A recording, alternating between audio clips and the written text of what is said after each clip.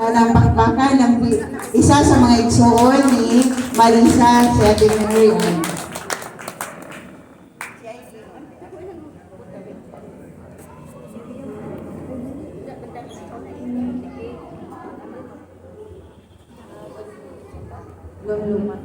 Magandang gabi sa lahat. Nagpapasalamat ako na dito tayong lahat ngayon.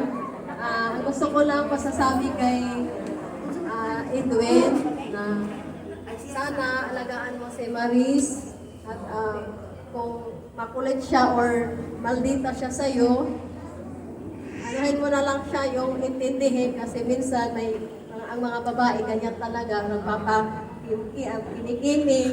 So, ang inano ko sa'yo, Edwin, na be responsible as a husband at saka kung ano man ang mapag-awayan niyo dalawa, dapat hindi na paabutin hanggang umaga.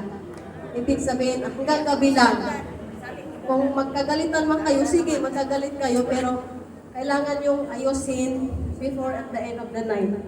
So, I wish also sa inyong dalawa, be happy always and understand each other, love each other, tell them to aspire kayong dalawa, at magtulungan sa mga gawain ng bahay or sa trabaho, sa financial status, kailangan isa lang kayo, kumbaga, walang kanya-kanya. So, remit talaga sa asawa. Yun lang ang masabi ko din, be center in the God sa inyong dalawa na magpatuloy kayong magpagamit sa Panginoon and trust Him with all your heart na siya talaga kayo talaga ang pinagtagpo ng Panginoon.